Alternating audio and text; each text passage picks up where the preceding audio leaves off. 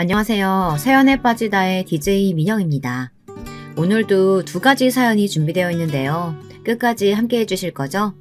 구독과 좋아요 버튼도 잊지 마시고요. 그럼 오늘의 사연 바로 시작해 볼게요. 안녕하세요. 저는 작은 도시에서 수학학원을 운영하고 있는 40대 여성입니다.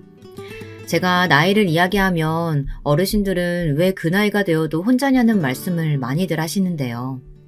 그 말을 들을 때마다 저는 등에 소름이 돋을 정도로 바들바들 떨게 되더라고요. 사실 저도 꽤 오래전에 결혼을 한 적이 있었답니다.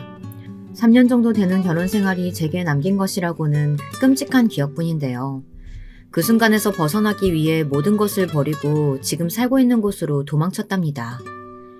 그런데 세상이 참 좁게도 며칠 전에 퇴근하고 돌아오는 길에 첫 번째 결혼에서 저를 도와주었던 사람을 만났답니다. 상대방이 먼저 알아보고 조심스럽게 다가와서 말을 걸더라고요.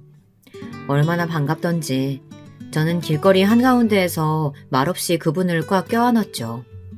그냥 헤어지기 아쉬워 근처 카페에서 세상 사는 이야기를 한참 나누었었는데요. 헤어지는 길에 그분이 그러시더라고요. 살아있어줘서 다행이라고 말이죠. 그렇게 시간을 보내고 나니 그 악몽 같은 순간들이 떠올라 오늘 몇 자 적어봅니다. 결혼 전에 저에게는 꽤 오래 사귄 남자친구가 있었습니다. 20살 대학교에서 처음 만난 것을 인연으로 10년을 연애했죠. 당시 남자친구는 사법고시를 준비하고 있었어요. 이쯤 되면 많은 분들이 눈치를 채실 수도 있겠네요. 제가 영화나 드라마에서 종종 나오는 것처럼 그 남자의 고시 뒷바라지를 열심히 했고 남자가 사법고시에 떡하니 붙고 나서 아주 대차게 차였답니다. 10년이라는 시간 동안 일찍 돌아가신 어머니 대신이라고 생각하며 남자친구 가족들에게도 거의 며느리 소리 들어가며 함께 보냈었는데 막상 사법고시를 합격하고 나니 그분들 태도가 싹 바뀌더라고요. 하루가 멀다 하고 집으로 부르셨던 분들이 이제는 제가 나타나는 것만으로도 불쾌하다는 얼굴을 하시고요. 결국 저는 10년의 연애사를 마치고 다시 솔로로 돌아왔죠. 시간이 길었던 만큼 추억도 많이 남았습니다. 그 때문에 이별을 참 많이도 힘들어했어요. 제일 크게 느낀 것은 허전함이었어요. 그런 저를 옆에서 챙겨주던 사람이 바로 전 남편이었습니다. 같은 직장에서 근무하고 있던 동료 선생님이었던 전 남편은 제가 남자친구와 잘 만나고 있을 때에도 제게 호감을 표현하는 사람이었어요. 제가 몇 번이나 거절을 했지만 포기가 잘 되지 않는다고 하며 주변을 맴돌았답니다. 학원을 옮긴 뒤에도 자주 연락을 했었는데 남자친구와 헤어지고 나서는 더 적극적으로 다가와 주었어요. 학원 마치는 시간에 맞춰서 데리러 온다거나 자신도 시험 기간에 신경 쓸 일로 머리가 아플 텐데 제 기분 풀어주겠다고 주말에 근교로 드라이브를 나가자고 권해주기도 했죠. 사실 당시에는 싫지는 않았습니다. 주는 것에 익숙하던 제게 뭐든 주고 싶어하는 남자의 등장은 혹할 정도로 매력적이었죠. 그런 전 남편에게 단점이 있다면 집착이 강하다는 것이었어요. 자신이 전화를 걸었는데 제가 받지 못하는 경우가 생기면 무척 예민하게 굴며 그 시간 동안 제가 무엇을 어떻게 하고 있었는지 알고 싶어 하더군요. 전 남편과 함께 가는 것이 아니라면 제가 어디서 누구를 만났는지 다 알아야 하는 사람처럼 굴었습니다. 물론 처음에는 그런 것들이 너무 부담스럽고 힘겨웠어요. 감시당하는 기분이 들었다고나 할까요? 다니던 학원이 전국 체인점이 있을 정도로 대형 학원이라 종종 연수 프로그램이 있어 참가를 해야 했었는데요. 그때마다 전 남편을 설득하는 게 너무 힘들었답니다. 원장님께서 수학과 선생님들은 다 함께 다녀오라고 하셔서 어쩔 수가 없었어. 이게 본사에서 진행하는 교육이라 1박 2일로 다녀와야 한다고. 수학과 쌤들이라고 하면 전부 다? 아니 무슨 본사 교육을 1박 2일로 받는다는 거야. 프로그램 이수해야 하는 것이 있어서 이번 기회에 되도록 모든 쌤들 다 받고 오라고 하셔서 김쌤이랑 이쌤도 함께 가니까 너무 걱정하지 마. 되도록이면 안 가도 되는 거잖아. 그 프로그램 다 써야 하는 것도 아닌데 자기는 고등부니까 그 프로그램 필요 없잖아. 전 남편은 어떻게든 이유를 붙여서라도 저를 막으려고 했고 제가 끝까지 가야 한다고 말하면 가는 전날까지도 불퉁한 얼굴로 계속해서 말리더라고요. 몇 번은 그런 전 남편의 설득에 넘어가 연수에 빠지기도 했습니다. 원장님께서는 저를 이해한다고 하시면서도 그것이 쌓이기 시작하니 나중에는 더 이상은 안 된다고 결정을 확실히 하라고 하셨죠. 그래서 한 번은 전 남편이 어떻게 나오든지 무조건 가야겠다 싶어 다 무시하고 연수를 간 적이 있었습니다. 그런데 무슨 일이 있었는지 아세요? 그 연수가 열리는 호텔에 전 남편이 나타났답니다. 휴가를 썼다고 하면서 제가 연수받는 시간 동안 본사 건물 주변에 계속 있더라고요. 동료들 눈치가 보일 정도였죠. 우리 이제 확실하게 이야기 좀 해. 아니 뭐 때문에 이렇게까지 하는 거야? 연수받는 장소까지 따라와서 뭐 어쩌자는 거야? 나는 그저 자기가 걱정돼서 그러지. 하쌤이 자기 쳐다보는 눈빛이 이상하잖아. 그리고 칠쌤도 그렇고. 아니 애인 있는 사람을 왜 자꾸 주말에 불러내는 거야? 당신도 같은 일 하면서 주말에 보충 있는 것 정도는 알고 있잖아. 그 때문에 나간 거 가지고 불러내다니. 그리고 핫쌤? 핫쌤 약혼자가 영어과 쌤이야. 무슨 그럴 소리래. 그건 자기가 몰라서 그래. 자기를 바라보는 눈빛이 정말 이렇게 할 거야? 정도껏 좀 하라고. 저는 그 때문에 전 남편과 크게 싸우기까지 했어요. 소리까지 높여가며 화를 내면서 이럴 거면 헤어지자고까지 말이 나왔죠. 당시 그런 말을 할 때는 진심이었습니다. 정말 전 남편을 다시는 보고 싶지 않았거든요. 하지만 다음날 꽃다발을 사들고 와서는 다시는 그렇게 하지 않겠다고 싹싹 빌며 용서해달라고 하는 모습을 보니 마음이 약해지더군요. 그렇게 화를 낼 때는 두 번 다시 보고 싶지 않았는데 화가 좀 가라앉고 나니 이런 일로 헤어지는 것은 좀 아니지 않나 싶은 생각이 있었거든요. 그래서 전 남편에게 두 번 다시 이런 일을 만들지 않겠다는 확답을 받고 나서야 화해를 했죠. 이때 낌새를 눈치채고 바로 헤어졌어야 했는데 말이죠. 제가 그걸 못해서 지옥에서 살고 겨우 탈출을 할 수 있었답니다. 결혼 초반만 하더라도 전 남편은 저와의 약속을 잘 지켜주었어요. 물론 한 번씩 집착 증세를 보이기도 했지만 그것도 잠깐이었죠. 그래서 전 남편이 그런 계획을 세울 것이라고는 조금도 생각하지 못했답니다. 하루는 시댁에서 전화가 왔어요. 시부모님은 없으셨고 전 남편을 자식처럼 키워주셨던 할아버님은 계셨어요. 친척 관계도 아니라고 하는데 어릴 때 전 남편의 보호자 역할을 하셨다고 하더라고요. 그래서 저는 전 남편에게 중요한 사람이니 저 역시 시할아버님이라고 생각하고 깍듯하게 대했습니다. 그런데 그런 시할아버님께서 위독하시다고 하더라고요. 전 남편과 저는 헐레벌떡 시골로 내려갔죠. 그런데 막상 내려가니 시할아버님께서 거동이 약간 불편하신 것을 제외하고는 제가 평소에 봐왔던 모습과 전혀 다른 것이 없더라고요.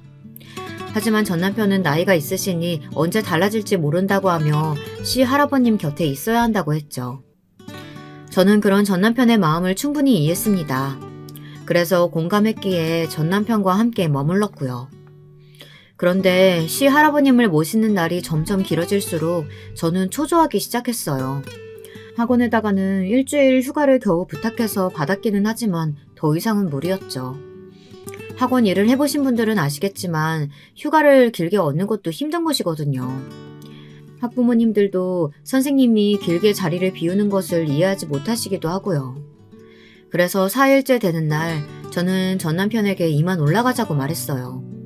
그런데 그 말을 하는 순간 전 남편의 얼굴이 확 바뀌더라고요. 제가 단 한 번도 본 적 없는 얼굴이었죠. 지금 몸도 불편하신 할아버지를 두고 가자는 말이야? 딱히 편찮으신 것도 없고 생활하시기 불편한 점이 있다면 간병인을 구하든 그게 불안하면 우리가 모시고 올라가면 되잖아. 꼭 여기가 아니어도 되고. 사실 병원 인프라로 보면 모시고 가는 쪽이 할아버님께 도움이 될 것 같은데 왜 우리가 여기 계속 있어야 한다는 거야. 당신 어떻게 그런 말을 할 수가 있어? 친구분들도 다 여기 계시는데 할아버지께서 우리랑 같이 올라가시는 일이 쉬울 것 같아? 학원에서는 언제 올라오냐고 자꾸 전화 오지. 학부모님들은 학원 옮기는 거 아니냐고 물어보지. 나도 일이 있는데 이렇게 무작정 있을 수는 없잖아. 저는 전 남편에게 솔직히 지금의 상황을 이야기하고 방안을 찾아보자는 이야기를 했습니다.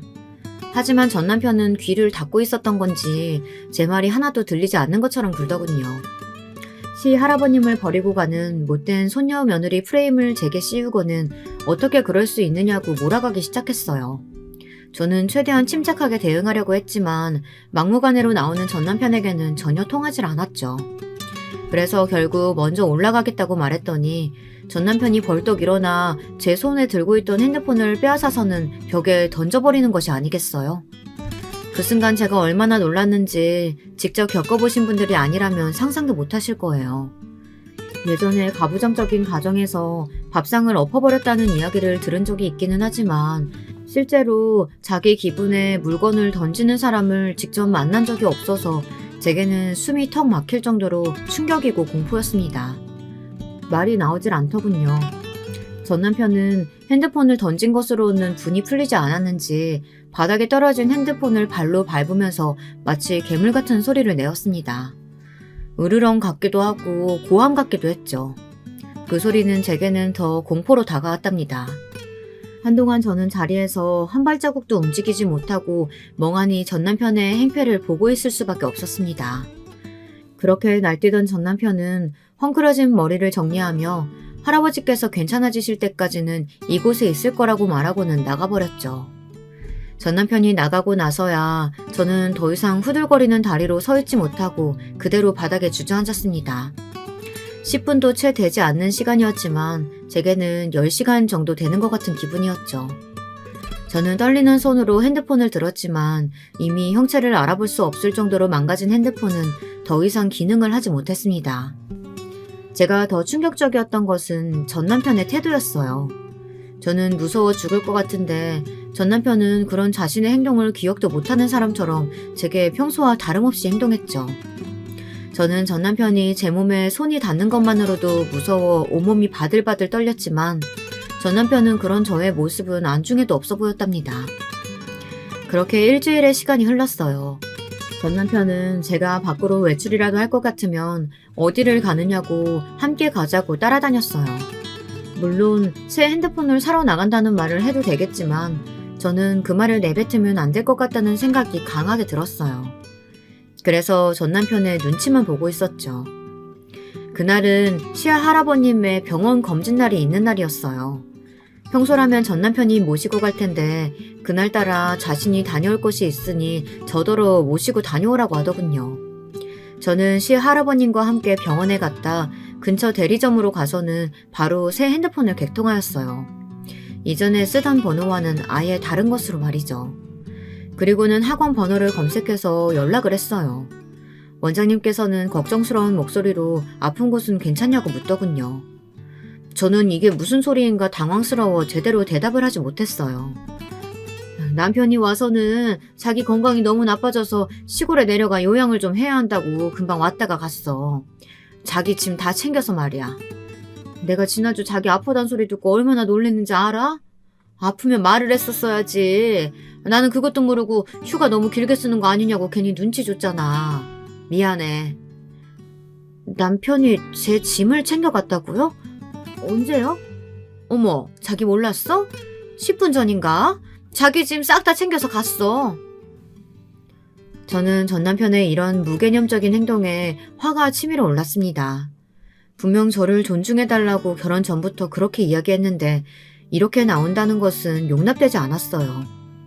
저는 원장님과 전화를 끊고는 오늘 무슨 일이 있어도 단판을 지어야겠다고 생각했어요. 이때까지만 하더라도 결혼 전처럼 전 남편과 대화로 충분히 이 상황을 해결할 수 있을 거라고 믿었어요. 위협적인 행동을 하기도 했지만 그 행동의 대상이 제가 될 것이라고는 정말이지 조금도 생각하지 않았거든요. 하지만 그날의 전 남편의 행동을 진지하게 생각하지 못했던 제가 미련했던 것이었죠.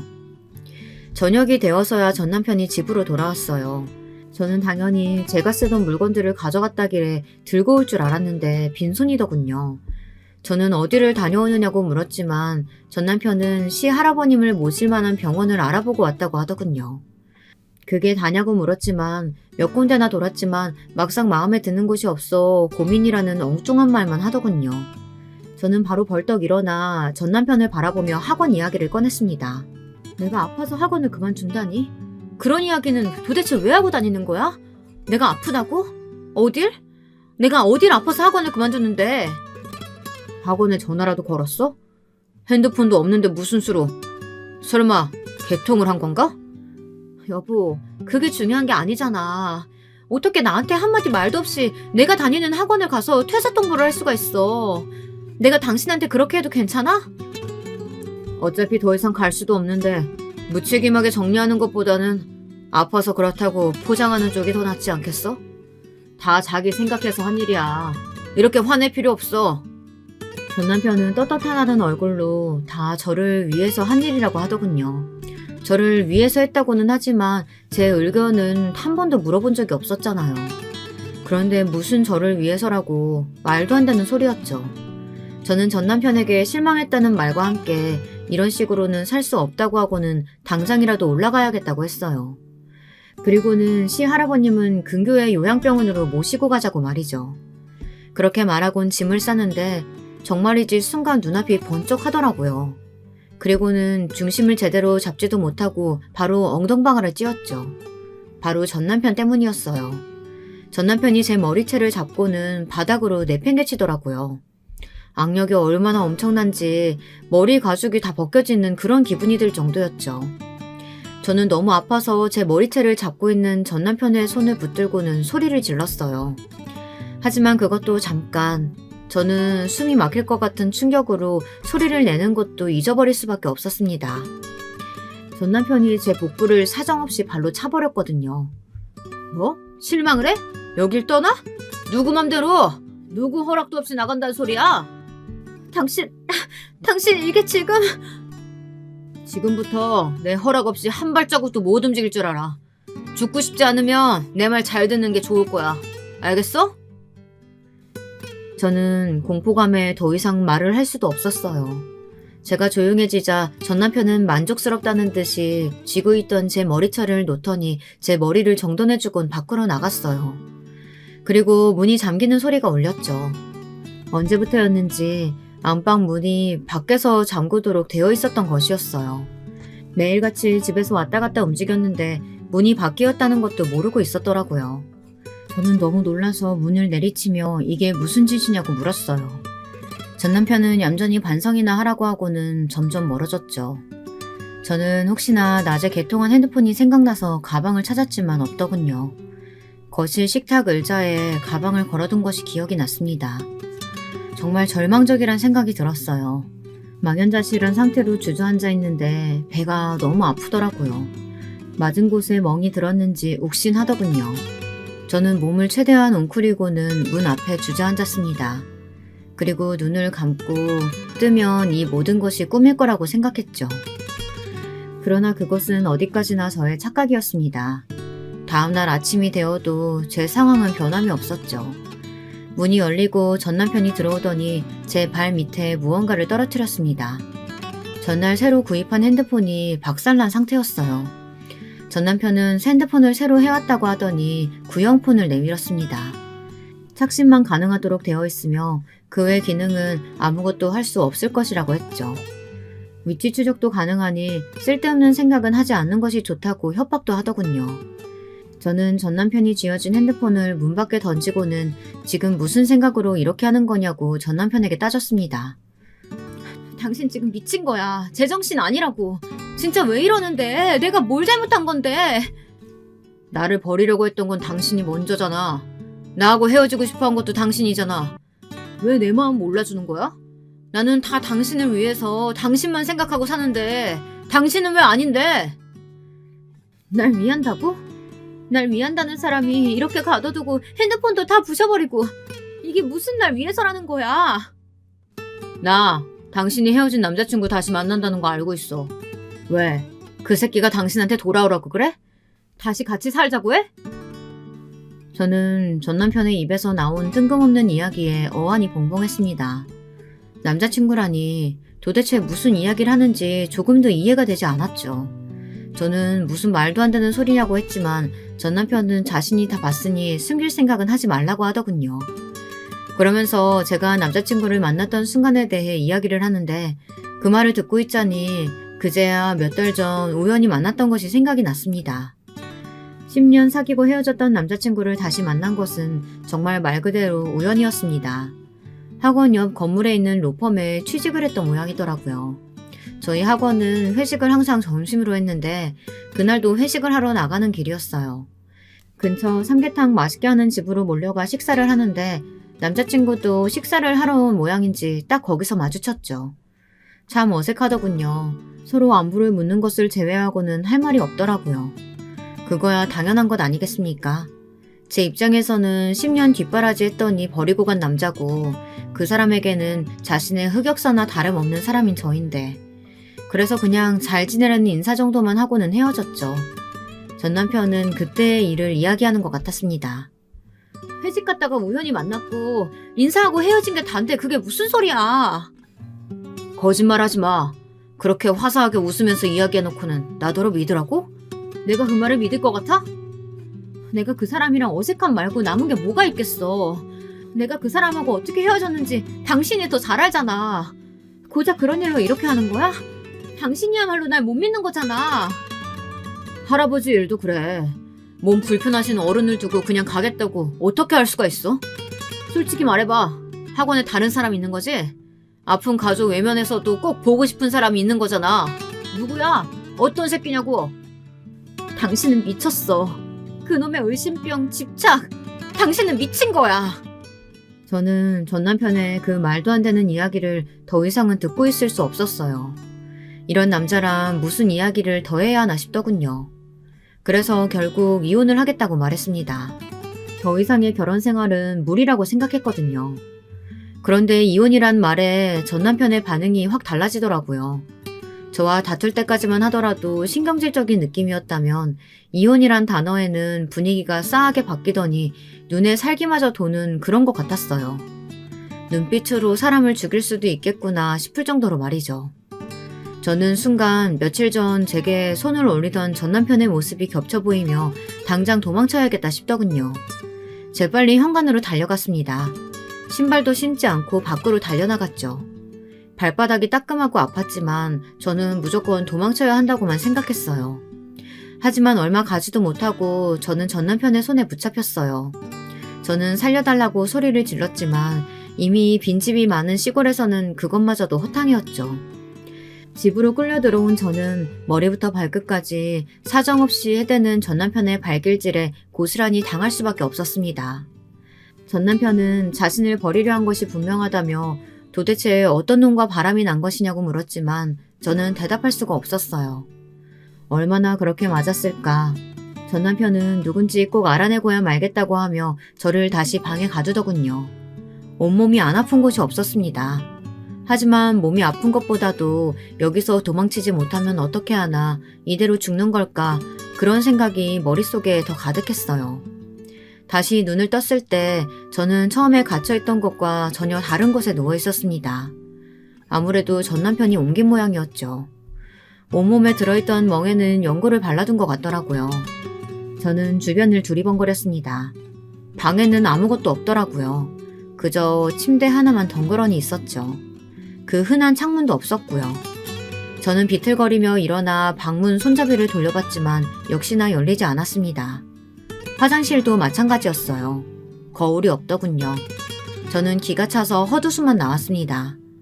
가보지도 않았지만 교도소도 이곳보다는 낫지 않을까 생각이 들더군요. 얼마나 더 시간이 지났을까 문이 열리고 전 남편이 들어왔습니다. 잘 잤어? 어때? 기분은 좀 나아졌고? 어제 당신 너무 흥분했더라고. 지금은 괜찮지? 사람을 이렇게 가둬뒀으면서 괜찮은지 묻는 거야? 당신 정말 진심이야? 그러게 왜 생각 없이 아무 말이나 내뱉어. 말이라는 게 얼마나 중요한데. 자신의 상황을 잘 보고 말해야지. 밥 먹자. 내가 자기 좋아하는 김치찌개 끓여놨어. 필요 없어. 저는 전 남편과 마주 앉아 밥을 먹는 상상만으로도 속이 뒤집히는 것 같아 단호하게 거절했습니다. 하지만 전 남편은 제 말은 들리지도 않는 사람처럼 제 팔목을 잡아 끌고는 밖으로 나가더군요. 거실로 나온 저는 깜짝 놀라고 말았습니다. 저는 단순하게 방을 옮긴 줄 알았는데 그게 아니었던 거였죠. 처음 보는 장소였어요. 거실의 한쪽 벽에는 커다란 웨딩 사진이 걸려 있었죠. 저는 여기가 어디냐고 물었지만 전 남편은 어서 밥을 먹어보라고 말하며 대답 대신 엉뚱한 말만 늘어놓았죠. 저는 먹지 않겠다고 버티면서 여기가 어디냐고 물었어요. 전 남편은 숟가락에 밥을 가득 떠서 제 입에 가져다 댔습니다. 하지만 저는 완강하게 거부했죠. 그때였어요. 전 남편이 숟가락을 바닥으로 던지더니 제 뺨을 세게 내리치더군요. 그 힘에 저는 휘청거리며 식탁 의자에서 굴러 떨어졌어요. 전 남편은 바닥에 널브러진 제 머리채를 잡아 일으키더니 숟가락을 쥐어주며 먹으라고 말했어요. 제가 또 거부하자 이번에는 반대뺨을 때리더군요. 그렇게 몇 대를 맞고 나자 온몸이 떨리면서 싫다는 소리를 못하겠더라고요. 덜덜 떨리는 손으로 겨우 밥을 입 안으로 밀어넣었죠. 하지만 이미 속에서는 난리가 난 상태였고 결국 얼마 먹지도 못하고는 그대로 다 뱉어낼 수밖에 없었어요. 전 남편은 자신이 해준 것을 뱉어냈다고 식탁에 있던 반찬을 다 밀어내더니 저를 끌고 다시 그 방으로 들어갔습니다. 그리고는 반성을 하라는 알 수 없는 말을 남기고는 다시 저를 가두었죠. 지옥이 이런 것이구나. 저는 갇혀있는 시간 동안 제가 죽어서 지옥으로 떨어져도 이것보다는 낫겠다는 생각이 들었어요. 실제로 그런 극한 상황을 생각해보지 않은 것도 아니었습니다. 하지만 전 남편은 제가 그런 시도조차 하지 못하게 집안에 아무것도 두지 않더라고요. 밥도 직접 먹여줄 정도로 손에 무언가를 쥐고 있을 수가 없었어요. 그렇게 얼마의 시간이 흘렀는지 모르겠어요. 날짜를 세는 것도 포기하게 되었죠. 저는 점점 그런 생활에 익숙해져 갔고 더 이상 전 남편에게 반항을 한다는 것이 의미가 없다는 것도 깨닫게 되었습니다. 전 남편은 그런 제 모습에 상당히 만족스러워했죠. 그런 생활이 지속되는 와중에 저는 충격적인 사실을 마주했습니다. 제 뱃속에 새 생명이 들어있다는 것을 알게 되었거든요. 새로운 생명의 탄생이 제게는 저주처럼 느껴졌습니다. 아마 듣고 계신 분들 중에는 아이가 무슨 잘못이라고 그런 생각을 하느냐고 하실 수도 있지만 그 상황에서 제게는 저주 그 이상도 그 이하도 아니었거든요. 제 상황에 민감한 전 남편은 바로 눈치를 채고 임신 테스트를 시켰어요. 그리고는 선명한 두 줄을 보자마자 뛸 듯이 기뻐하며 병원을 가자고 하더군요. 얼마 만에 외출인가 싶었습니다. 저는 기회를 봐서 도망치겠다고 결심했죠. 하지만 병원에 있는 내내 전 남편은 단 1초도 제 곁을 떠나지 않았습니다. 검사를 할 때도 제가 겁이 많다고 하며 함께 있겠다고 했죠. 저는 큰 소리라도 지르고 싶었지만 제 어깨를 세게 감싸쥐고 있는 전 남편의 손길이 무섭기만 했습니다. 의사 선생님께서는 아이는 건강하다고 하며 자꾸만 저희를 힐끔거리며 바라보셨어요. 그럼 와이프는요? 와이프 건강에 이상이 있습니까? 왜 그런 눈으로 보십니까? 아니에요. 산모도 건강합니다. 어디서 만났던 적이 있는 것 같아서요. 계속 시골에 살다가 올라온 지 얼마 되지도 않았는데 그럴 리가요. 전 남편이 딱딱한 말투로 딱 잘라 말하자 의사 선생님께서도 더 이상 할 말이 없으신지 임신 초기에 주의해야 할 것들에 관해 이야기를 하며 다음 주에 다시 오라고 하셨어요.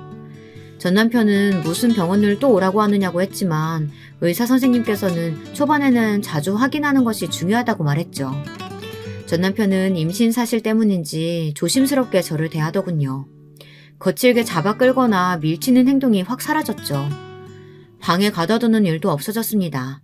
다만 하루 종일 제 곁을 떠나지 않았죠. 물 한 잔도 제 손으로 못 마실 정도였어요. 그렇게 일주일이 지나고 병원을 다시 찾았습니다. 의사 선생님께서는 갑자기 검사를 좀 하겠다고 하시고는 전 남편에게 나가 있어달라고 하셨어요. 전 남편은 저번과 동일하게 제가 불안해하니 안 된다고 했지만 의사 선생님은 단호하게 나가 있으셔야 한다고 했죠. 전 남편은 무슨 일이냐고 물었지만 의사 선생님께서는 10분이면 된다고 하며 전 남편에게 나가달라고 했어요. 저는 조마조마했습니다. 전 남편이 의사 선생님에게도 해코지를 하면 어떻게 하나 싶었거든요. 하지만 다행스럽게도 밖에서 기다리겠다고 하고는 나갔죠. 전 남편이 나가자마자 의사 선생님께서는 쪽지 하나를 보여주시면서 검사하게 편안한 자세를 취해달라고 하셨어요. 쪽지에는 혹시 도움이 필요하느냐고 적혀 있었습니다. 저는 고개를 격하게 끄덕이며 의사 선생님의 손을 잡았어요. 의사 선생님께서는 손바닥에 112를 적어주시며 자세는 편하냐고 물어보셨어요. 저는 좋다고 대답했습니다. 의사 선생님의 손짓에 간호사 선생님 한 분이 조용히 어디론가 가시더군요. 저는 그제야 안심이 좀 되면서 눈물이 핑 돌았습니다. 얼마 뒤 검사가 끝났다고 하고는 전 남편에게 유산기가 있다는 이야기를 꺼내셨어요. 전 남편은 깜짝 놀라며 그게 무슨 말이냐고 물었지만 의사 선생님께서는 산모가 심적으로 불안해하는 것 같다고 말하며 병원에서 며칠간 입원할 것을 권하셨죠. 집에서도 충분히 관리가 됩니다. 약이랑 주사만 좀 주시면 제가 챙기겠습니다. 물론 가정에서 잘 챙겨주시겠지만 입원과는 좀 다르죠. 아무래도 가정에 있으실 때는 자꾸 움직이게 되니까요. 아닙니다. 제가 손에 물 하나 묻히지 않도록 신경 쓰겠습니다.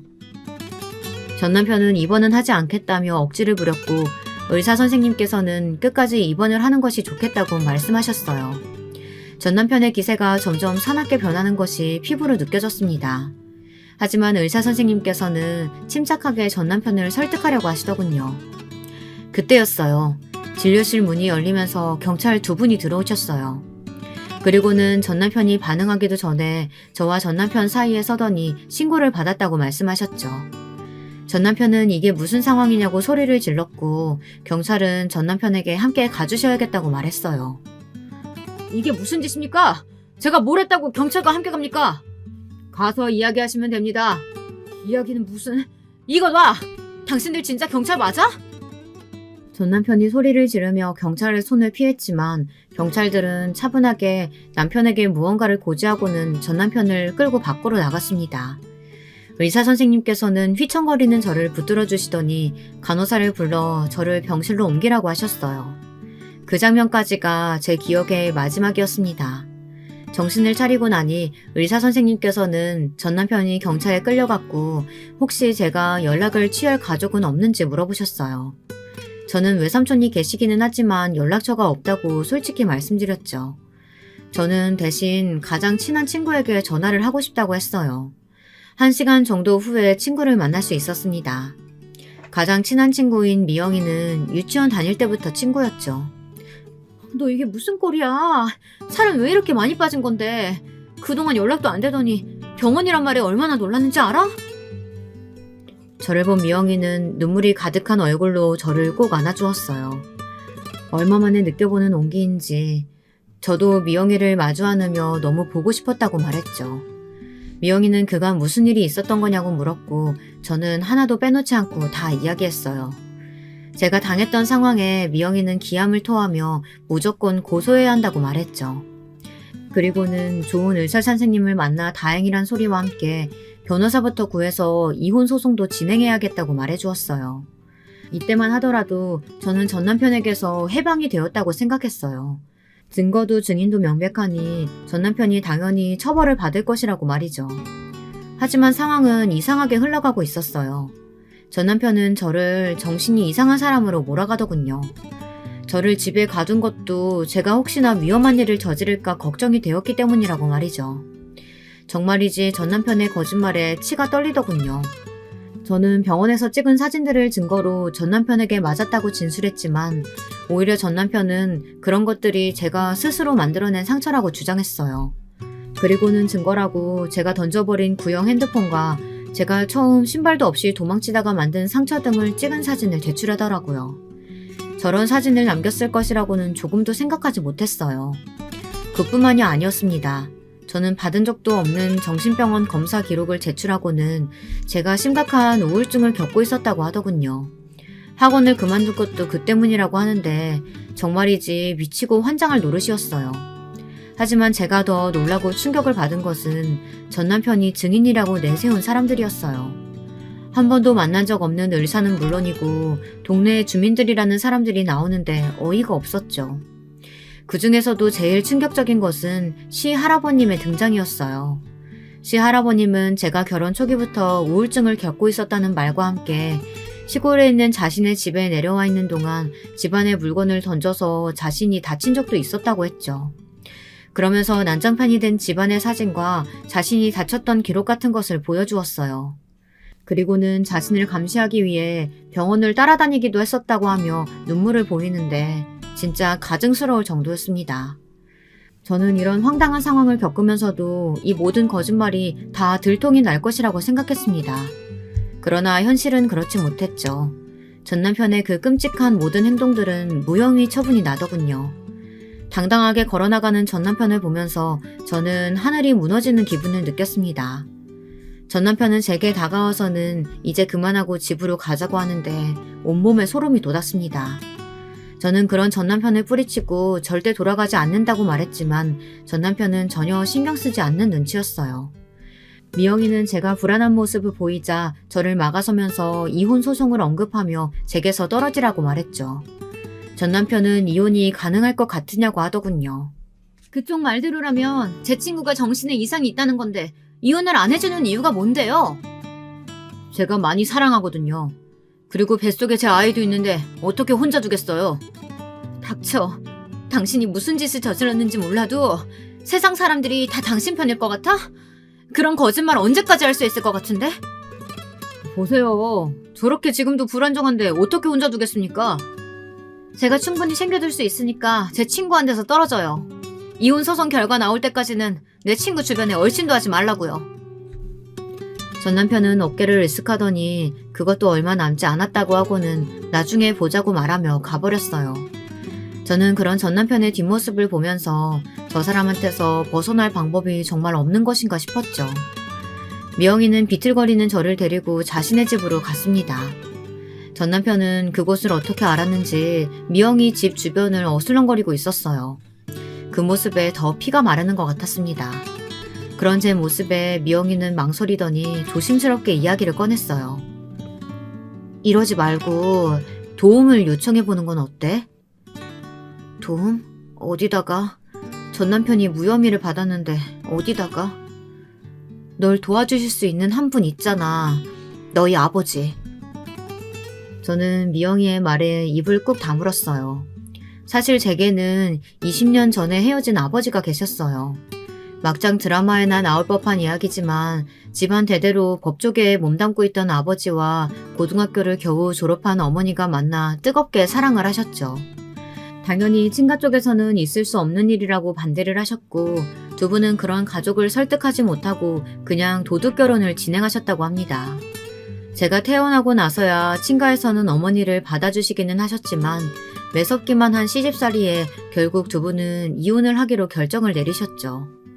물론 친가에서는 저를 아버지가 키워야 한다고 했지만 아버지께서는 어머니께 저까지 뺏을 수는 없다고 하며 친권 및 양육권을 포기하셨어요.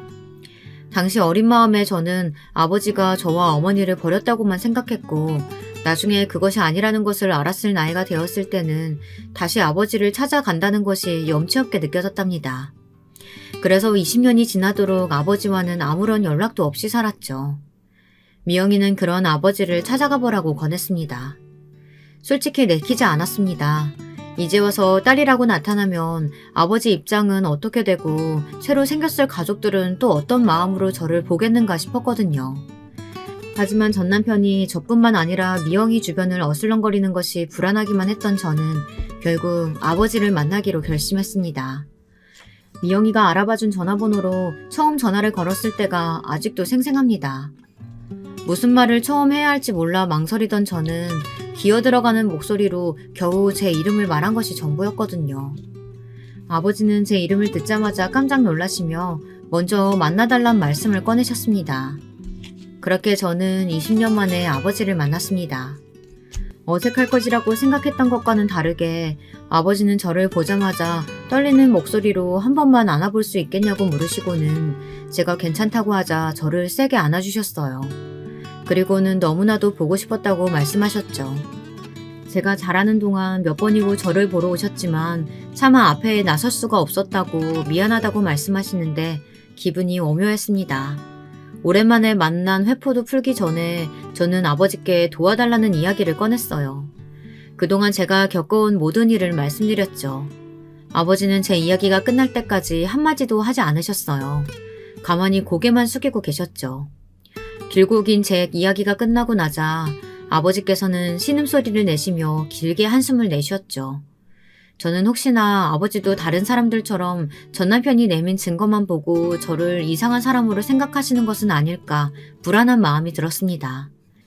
1분 1초의 시간이 제게는 몇 시간이나 되는 그런 기분이 들었습니다.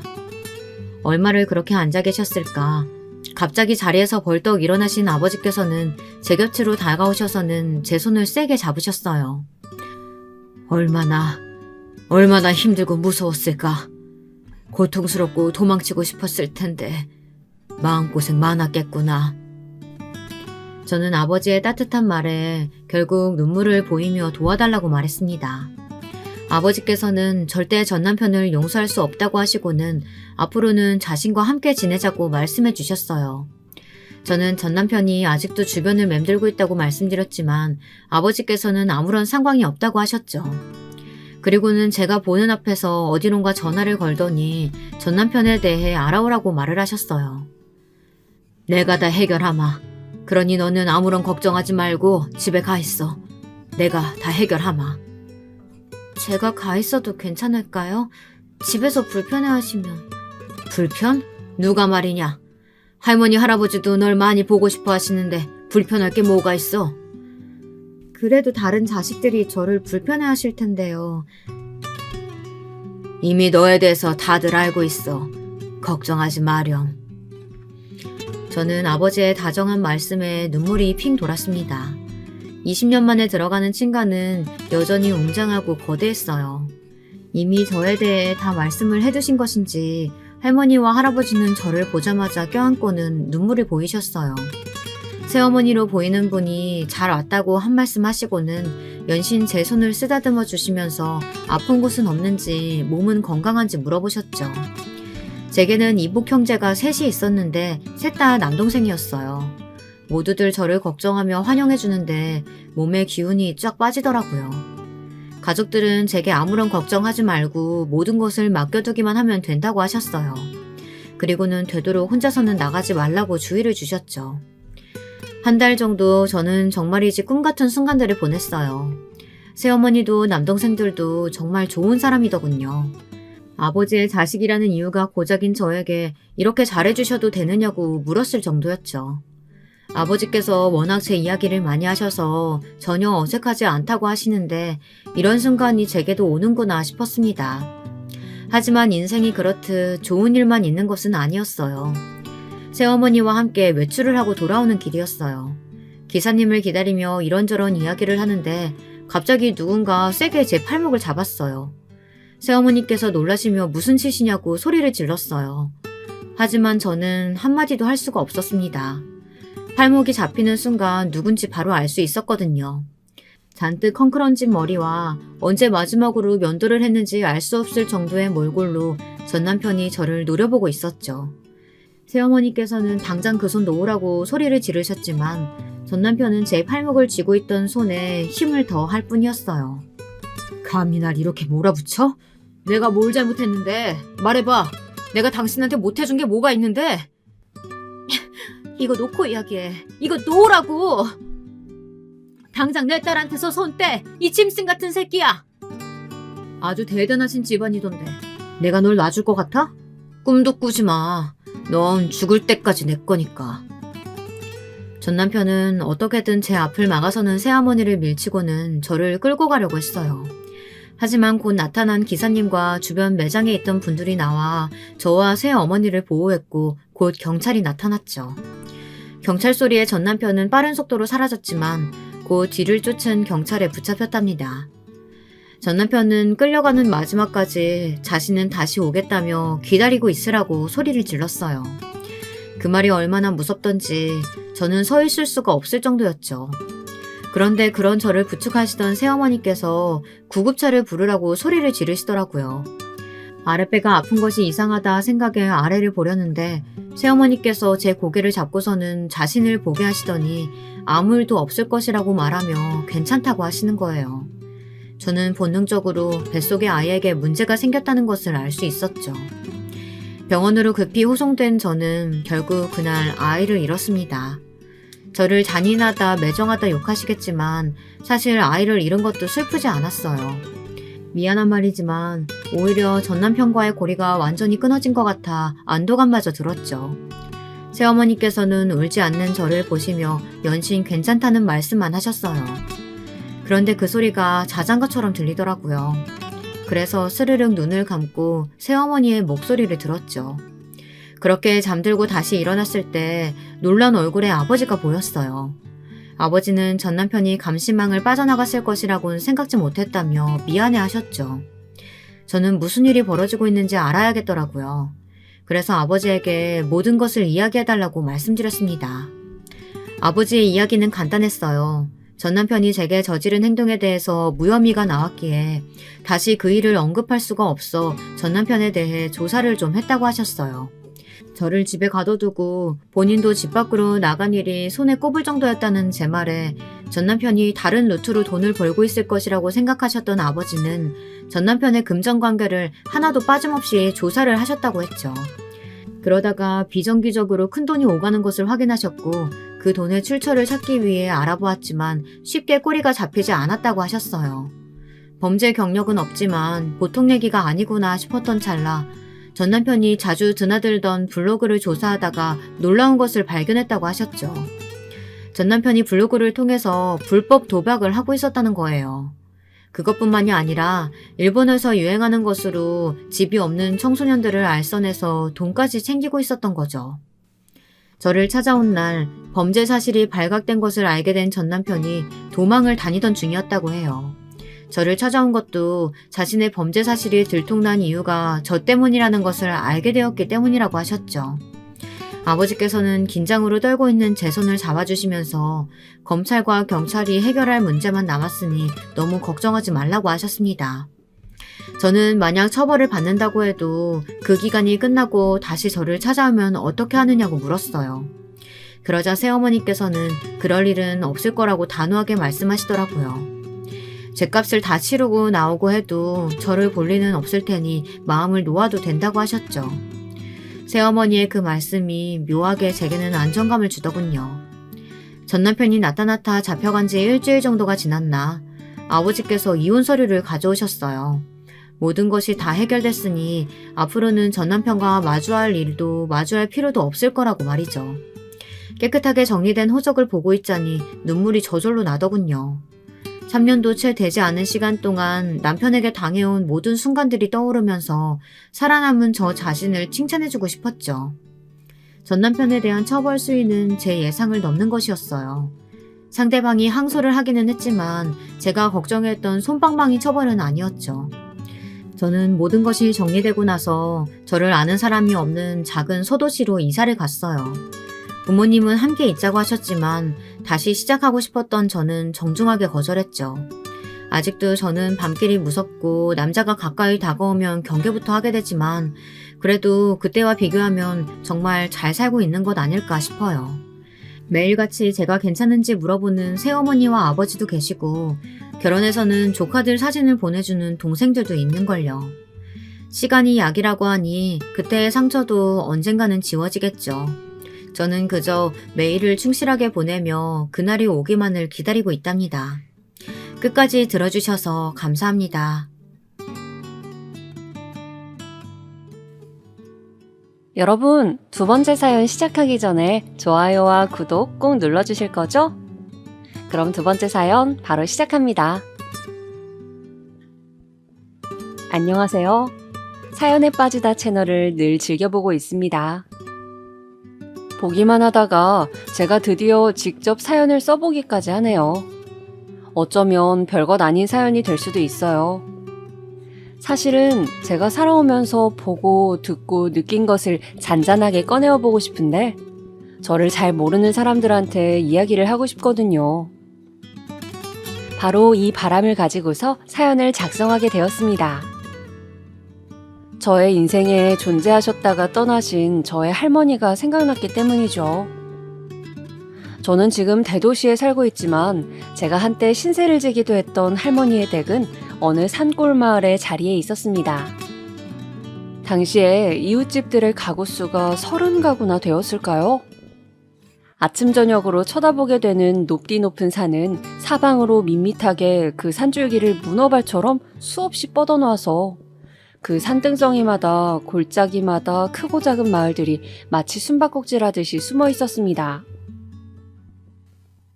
할머니의 댁은 그 마을들 중에서 작은 마을에 해당되었죠. 주로 고추 농사들을 하면서 살았어요.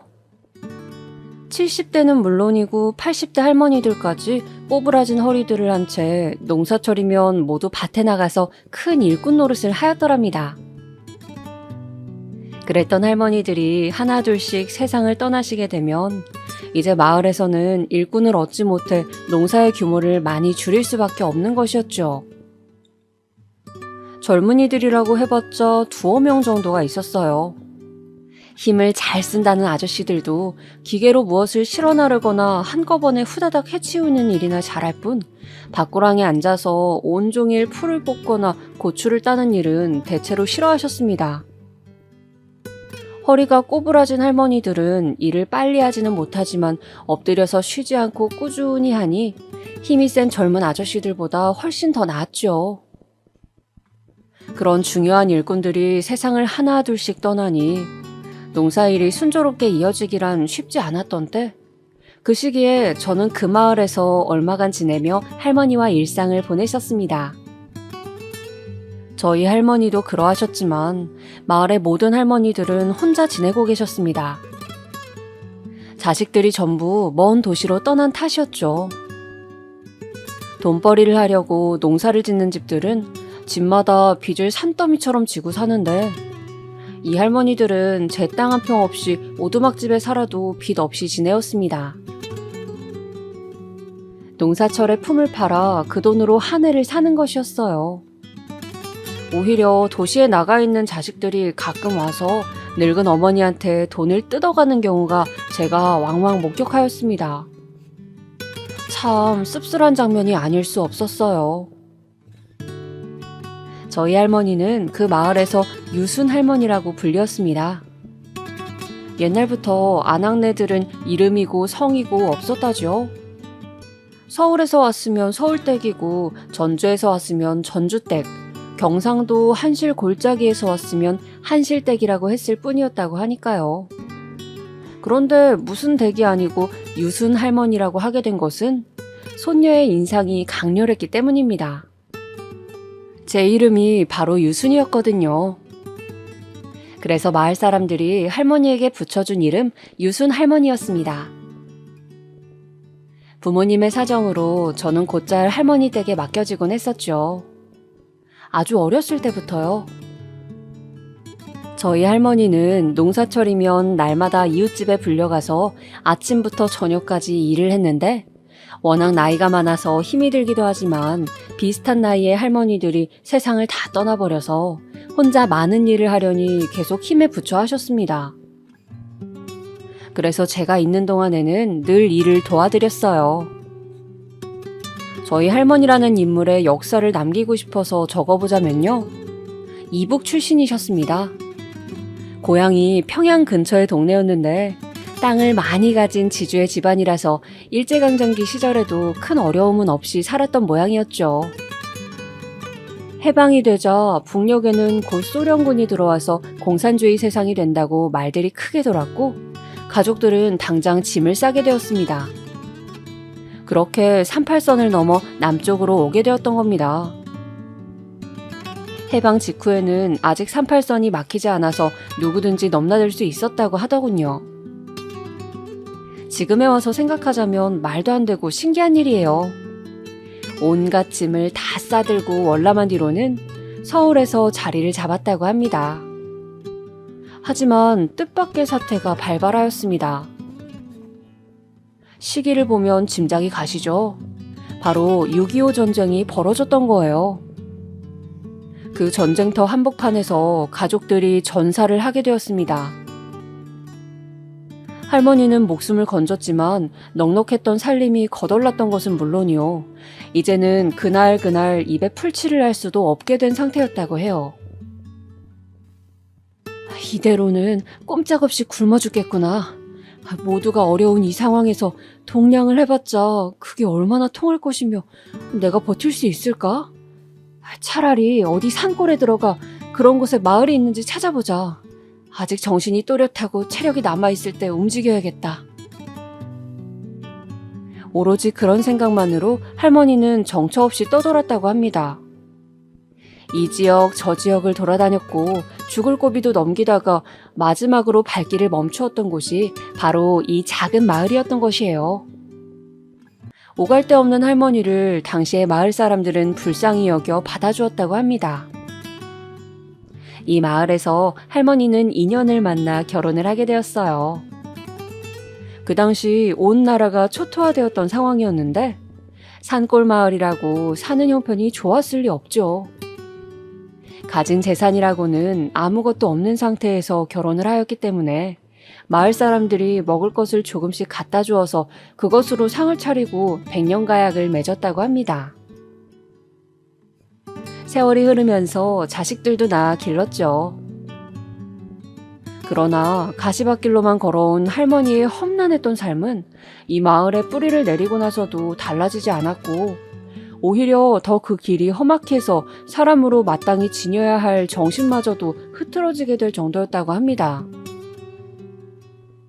할아버지는 가진 재산이 전혀 없었던 가난뱅이인 것도 모자라서 극심한 술고래였다고 해요. 술을 즐기다 보니까 자연스레 노름이 따라왔죠. 쥐꼬리만한 돈이라도 집안에 벌리면 그걸 술과 노름으로 다 날려버리는 게 할아버지의 몫이었다고 합니다. 그 삶이 얼마나 고달프고 애간작이 탔는지 할머니는 또래보다 일찍 새치머리가 나기 시작했다고 해요. 하도 스트레스를 많이 받으셔서 그랬겠죠. 늘 고단하고 힘들었던 할머니를 도와주던 손길도 이 마을에 존재하였습니다. 이거 별로 양은 얼마 안 되지만 끓여다가 애들 좀 먹이고 그래요. 네? 이렇게 귀한 식량을 또 고마워서 어떡해요. 매번 신세를 지내요. 도움 안 주셨으면 저랑 저희 아이들은 진작에 이 세상 뜨고 없지 않았을까 싶어요.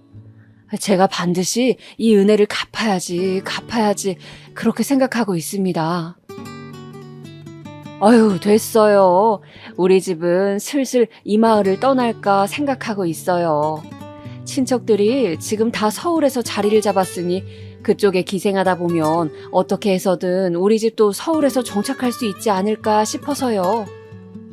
어쨌든 우리가 이렇게 왕래할 날은 오래 남지 않았지만 그때까지 잘 지내봅시다. 내가 도울 수 있는 데까지 돕고 떠날게요.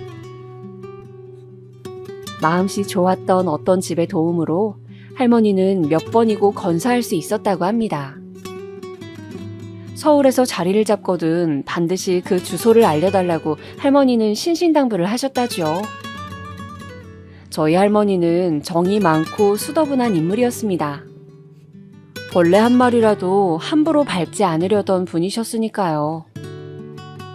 그리고 남에게 조금이라도 도움을 받으면 그것을 잊지 않고 반드시 그만한 갚음을 해주어야 한다는 말씀을 늘 입에 달고 사셨습니다. 이웃집 농사일을 도와줄 때도 자기 집 일처럼 언제나 성실하게 하였고요. 이런 저희 할머니는 더 이상 이 세상에 존재하는 분이 아닙니다. 차가운 바람이 솔솔 불어오기 시작하던 초겨울의 어느 조용한 아침, 그보다도 더 조용하게 영원한 잠 속으로 빠져드셨습니다. 그리고 할머니께서 남겨주신 인연은 아직도 현재 진행형으로 이어지고 있습니다. 이 인연을 여러분과 나눠보고자 합니다.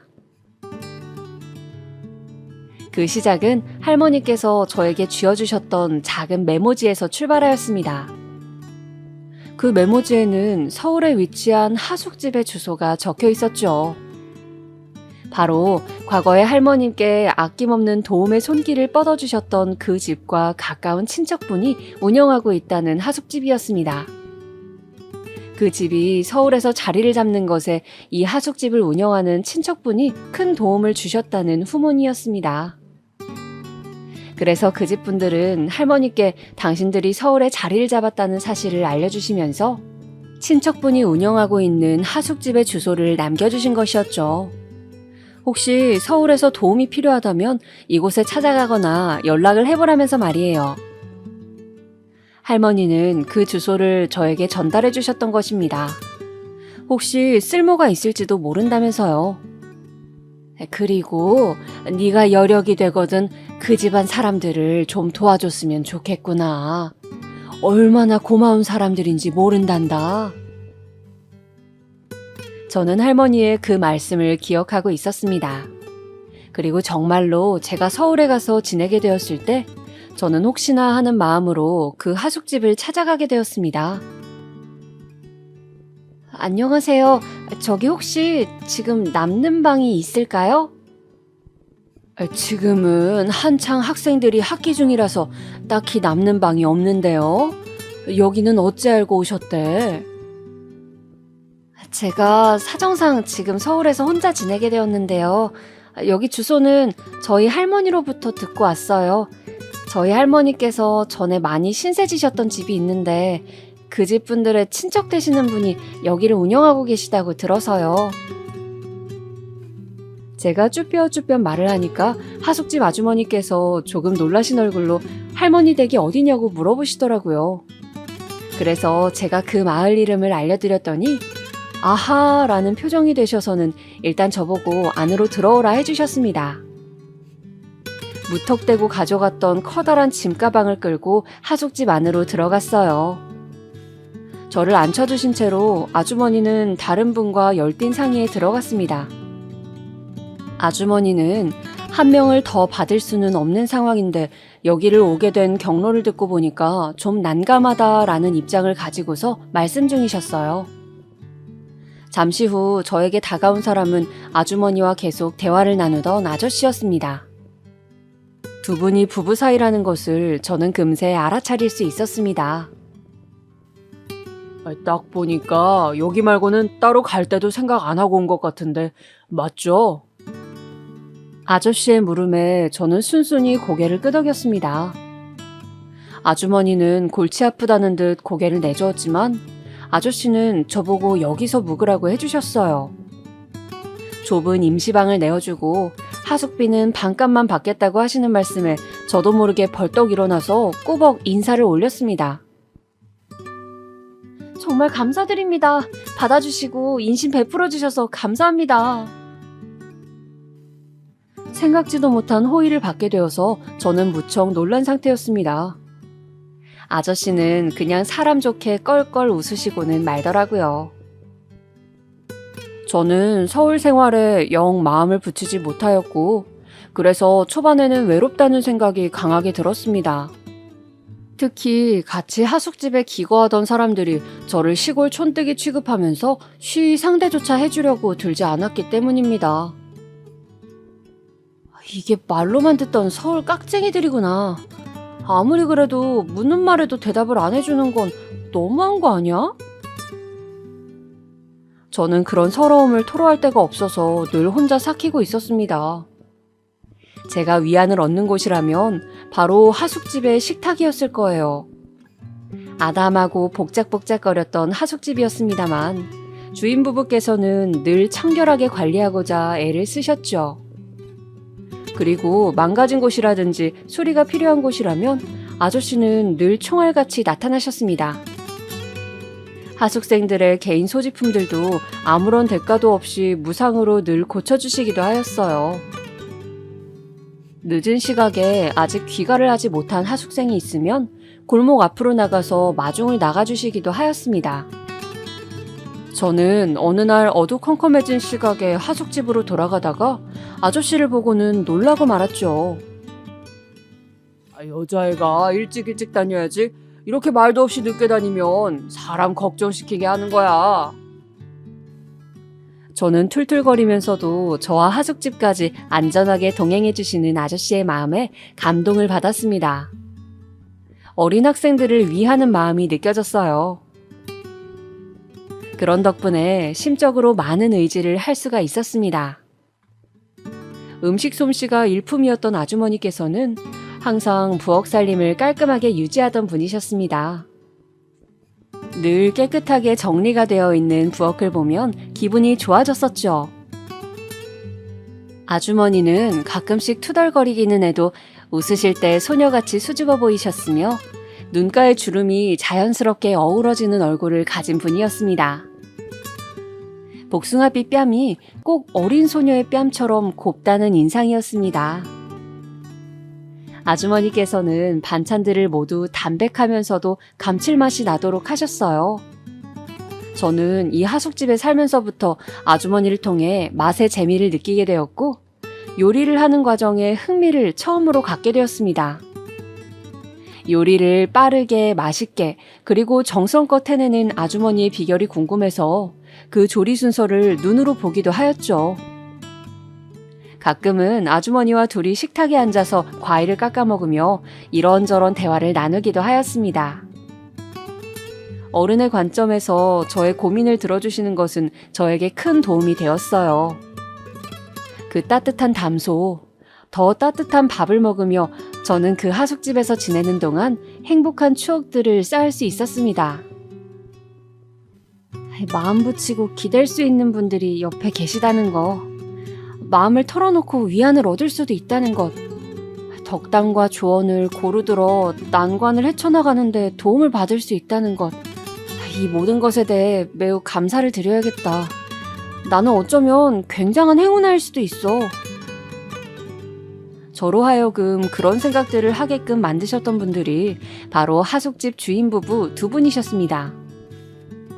늘 하숙생들의 몸에 이로운 것만 해주시고 아플 때마다 걱정해주시고 체했을 때 직접 손도 따주시고 가끔 피곤으로 지쳐서 하숙집에 들어갔을 때 문을 열면 새어나오는 밥 냄새가 저에게는 꾸준한 위안이고 힘이었습니다. 하숙집 생활을 뒤로하고 나온 저는 이른 결혼을 하게 되었습니다. 남편과 결혼을 염두에 두기도 했었지만 뱃속에 작은 생명이 자리 잡는 바람에 그렇게 되었죠. 아이 2명을 낳고 평범하디 평범한 가정의 모습으로 살았어요. 하지만 평탄한 생활의 끝은 너무나도 금방 찾아왔습니다. 유독 남편이 피곤해 보이고 얼굴이 그늘져 보인다는 생각이 들었을 쯤이었습니다. 생각해본 적도 상상해본 적조차 없던 현실이 저희 가정에 닥쳐 있었습니다. 네? 의사 선생님, 지금 저희 남편이 암이라는 것도 모자라서 말기라뇨. 아파 보이기 직전까지만 해도 너무나도 아무렇지 않게 지냈어요. 그냥 평범한 일상을 보내고 있었는데 한순간에 암 말기 환자라뇨. 남편이 암에 걸린 것이었습니다. 암 환자들, 그 가족들은 아실 겁니다. 암이 진짜로 무서운 건 전이 때문이라는 사실을. 남편의 고향을 따라 저는 지방에 내려가서 결혼 생활을 했었는데요. 대구의 큰 병원에서 어떻게든 용을 써보았습니다만 현실은 냉정했어요. 자가호흡을 할 수 없어 커다란 산소통에 의지한 채 콧줄을 끼우고 누울 수조차 없어서 거실 소파에 앉아 남편은 그렇게 생활을 했습니다. 하루의 모든 시간을 그렇게 있었습니다. 그러니 제 생활이 어디 있었겠어요? 일을 더 해나갈 수도 없었습니다. 매 시간 남들보다 빠른 속도로 죽음에 가까이 다가가고 있는 사람이 집에 있는데 어떻게 제가 바깥 생활을 해나갈 수가 있었겠어요? 이젠 정말 마지막이었습니다. 그것을 예감할 수 있었던 때 바로 그 마지막에 다다라서야 저희 부부는 서울행에 올랐습니다. 쌀쌀했던 그 새벽 한 4시나 됐었을까요? 어둠을 뚫고 우린 차에 올랐습니다. 생명을 걸고 사투 중인 남편을 조수석에 앉히고 운전을 하는데 그 고요 속에서 힘겨운 숨소리를 배경음 삼아 얼마나 많은 상념들이 제 머릿속을 스쳐갔던지요. 그 캄캄한 고속도로를 달리는데 별별 순간들이 다 떠올랐습니다. 아침이 밝았을 때 저희 차는 서울 삼성병원의 정문을 통과하고 있었어요. 부랴부랴 응급실로 들어가서 바로 호흡기부터 달았습니다. 남편의 진료 기록, 수술 자료 이런 것들을 다 가지고 갔기 때문에 그것들로 접수를 하고 대기를 했죠. 기다리는 동안의 그 시간이 연겁과도 같았습니다. 드디어 의사가 저희를 찾아왔습니다. 반가움에 일어서는데 의사가 그런 저를 따로 부르더라고요. 남편이 누워있는 자리에서 조금 떨어진 곳에서 대화를 나눴습니다. 중년의 남자 의사분이셨습니다. 삼성병원에서도 손꼽힐 만큼 아주 저명한 분이셨고 힘들게나마 일정을 잡게 되자 저희도 바로 여기로 왔던 것이었습니다. 그런 의사분께선 숱한 광경들을 많이 봐오셨고 경험해 오셨겠죠. 그런 분이 저기 누워있는 남편과 제 얼굴을 번갈아 쳐다보더니 꽤나 머뭇거리시더군요. 그리고 정말 마지막이라는 간절한 희망과 함께 이곳까지 온 저에게 딱 한마디 짧은 소견을 주셨습니다. 지금 남편분의 생명이 풍전등화와도 같습니다. 듣자마자 저는 하마터면 주저앉을 뻔했습니다. 절대 잊혀지지가 않아요. 그 말과 그 순간이 풍전등화, 바람에 흔들리는 등불처럼 그만큼이나 제 남편의 상태가 심각하고 좋지 않단 결론이었습니다. 심지어는 해줄 수 있는 조치가 전혀 남아있지 않다고 했습니다. 이제 끝이라는 판결을 받은 생명 앞으로 나아가 그 얼굴을 보며 얘기할 자신이 제겐 없었습니다. 그때 울먹이며 발을 동동 구르고 있던 저에게 다가온 사람이 있었습니다. 전혀 뜻밖이었습니다. 병원에 정기적으로 선교 봉사를 온다고 자신을 소개하신 분은 나이가 지긋한 분이셨습니다. 들어보니 환자들을 위해 기도하고 따뜻한 말을 건네주는 활동을 하고 계셨습니다. 모든 용기를 잃고 절망에 빠져있던 저와 함께 그분은 제 남편에게로 가주셨습니다. 그리고 기도를 해주셨는데 저도 모르게 눈물이 줄줄 흘렀습니다. 그 기도가, 그 모습이 그렇게 처절할 수가 없었습니다. 누군가가 누군가를 위해, 생판 모르는 존재를 위해 저렇게도 온 힘을 다할 수가 있구나 하는 생각이 들면서 그 간절함이 온 주변에 퍼지는 느낌이었습니다. 제 남편도 기도를 받으며 눈물을 흘렸습니다. 그분은 집에서 싸온 도시락이 있는데 좀 나눠 먹지 않겠냐며 권유를 해주셨습니다. 사경을 헤매는 환자가 있는데 제가 어떻게 끼니를 잘 챙길 수 있었겠어요. 간밤부터 아무것도 먹지 못했었기에 감사히 응급실 밖에서 도시락을 나눠 먹었습니다. 소식을 서로 전하자며 번호도 나눴습니다.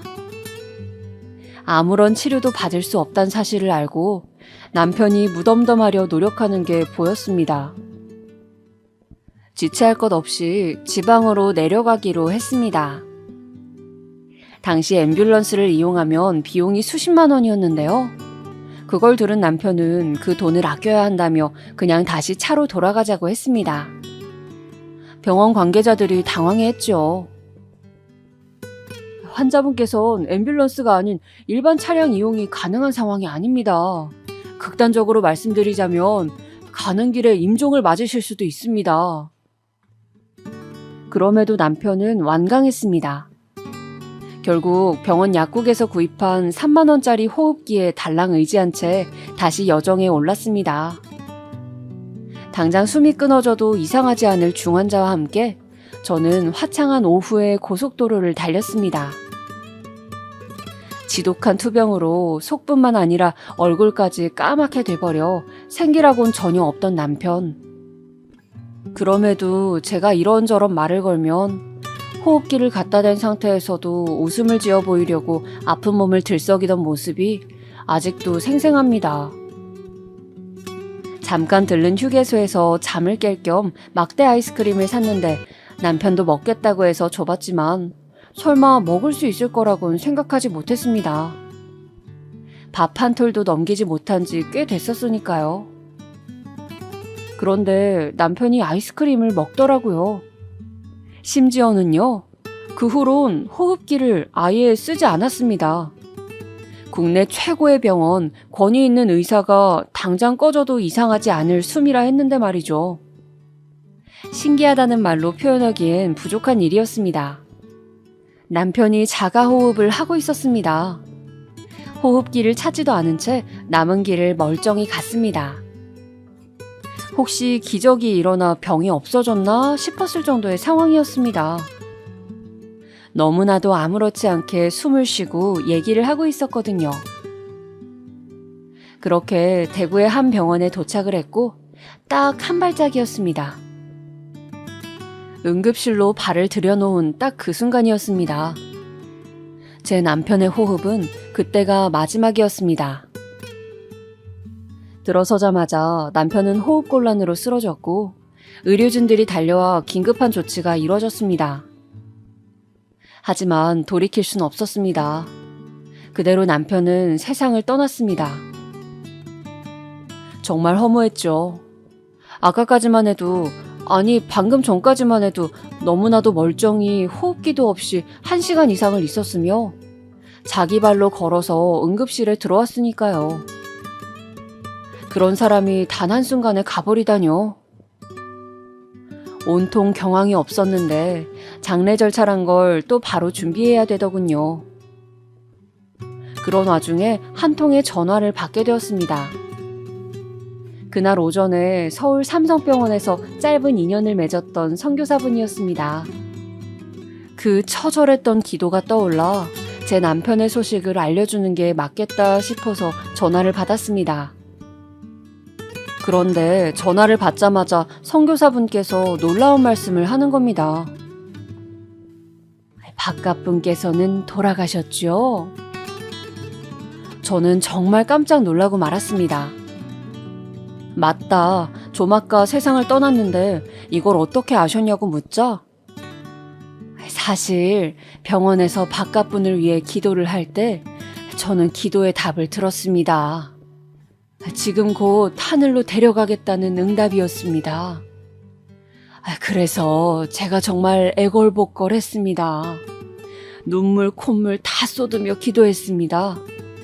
하나님, 지금 그가 아내와 다시 지방에 내려갈 생각을 하고 있습니다. 정 그러시다면 제발 그분들이 가는 도중에 놀라지 않도록 그 길을 완수한 후에 품으로 데려가 달라고 했고 저는 이 기도가 이루어질 것을 알고 있었습니다. 이런 대답을 하시는 겁니다. 무슨 말이 필요할까요? 제가 무슨 말을 할 수 있었을까요? 저는 그 순간 제 속에 있던 응어리가 뜨거운 눈물로 녹아내리는 것을 느꼈습니다. 제 남편은 비록 떠났지만 그 마지막 길은 서글프지 않았다는 생각이 들었습니다.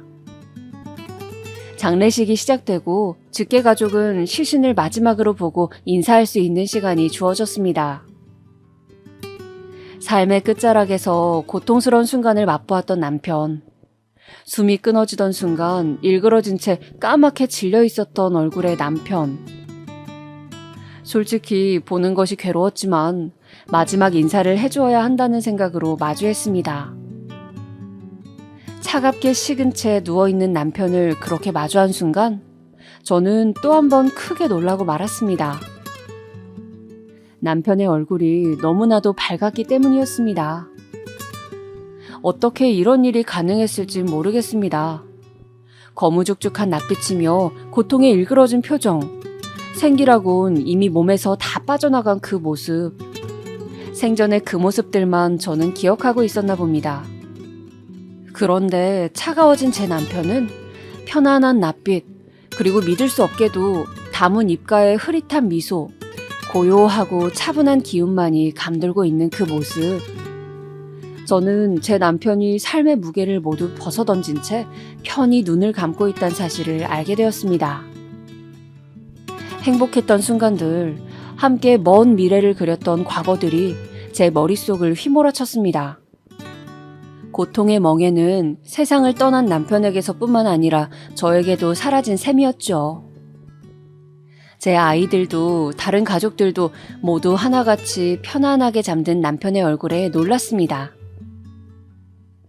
영면에 든 그 입가에 걸린 미소를 보고 나선 인생에 대해 참 다양한 시각을 갖게 되더군요. 삶이 뭐고 죽음이란 뭔지. 저는 그 이후에 서울로 이사를 왔고 식당을 운영하게 되었습니다.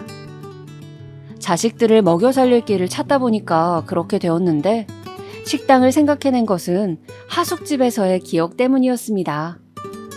정갈하면서도 맛깔나게, 그리고 음식에서 정이 느껴지도록 요리를 하셨던 하숙집 아주머니의 손맛이 저에게 강하게 남아있었거든요.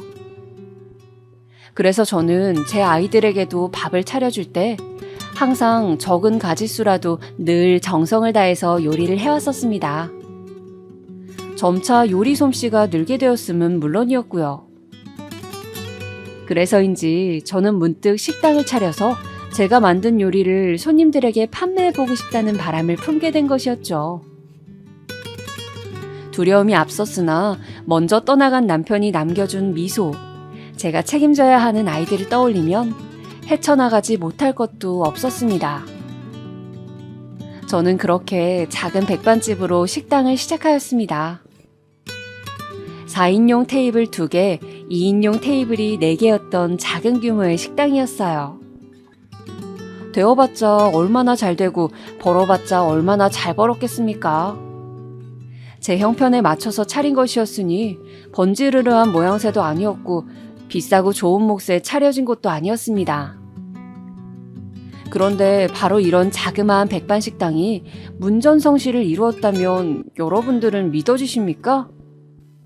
처음에는 그다지 잘 되지 않았지만 2달, 3달 이렇게 점차 단골들이 늘어나더니 1년을 채웠을 때는 그 동네에서 손꼽히는 식당이 되어 있었습니다. 2년을 채우고 나서 저는 규모가 큰 자리로 옮겨갔고 그곳에서도 역시 장사가 잘 되었습니다. 주력 메뉴를 앞세워서 더욱 많은 손님들이 찾을 수 있도록 유도를 하였죠. 아이들도 제 엄마의 장사를 물심양면으로 도왔습니다. 서빙부터 설거지까지 가리는 것 하나도 없이 군소리 한번 하지 않고 열심히 일을 했어요. 남의 가게가 아니라 우리 가족의 생계가 달린 현장이었으니 저희 세 가족은 마음을 하나로 모아 늘 최선을 다하고 잔꾀를 부리지 않으며 식당을 운영하였습니다. 방송사에서도 촬영 요청이 여러 번 왔으나 저희는 거절하고 묵묵하게 그날그날의 장사를 해나갔어요. 때가 되었다고 느꼈을 무렵 저는 아이들에게 식당을 직접 운영해보라고 말을 건넸습니다. 내가 이제 일선에서 물러나고 너희 2명이 본격적으로 전도지휘를 하는 게 맞을 것 같다. 이 엄마는 말이지 아직 이렇게 건강이 허락되고 체력이 받쳐줄 때 따로 하고 싶은 일이 있어서 그래. 그러니까 너희가 이 엄마의 뜻을 따라줬으면 좋겠어. 내심 아이들이 다른 일을 하고 싶어 하지는 않을까 그런 생각도 했었지만 둘 다 저의 의견을 존중해주겠다고 하였습니다. 고맙고도 다행이었죠. 제가 식당 일을 아이들에게 전적으로 맡기고자 한 것은 저에게는 마음 깊숙한 곳에 사명이 있었기 때문입니다. 남편이 죽은 후로 종종 생각을 해왔어요. 봉사활동을 해보고 싶다고 말이죠. 그래서 저는 이따금씩 보육원에 찾아가서 봉사활동과 물품 기부를 해오기도 했습니다. 본격적으로 봉사활동을 하며 지내고 싶다는 바람을 품은 저는 어쩌다 보니 노숙자분들을 대상으로 하는 무료급식의 현장에서 활동을 하게 되었습니다. 처음 나갔을 때는 허둥지둥하여서 부끄러운 모습도 보였으나 그 다음번 나갔을 때는 여러모로 의연해지더군요.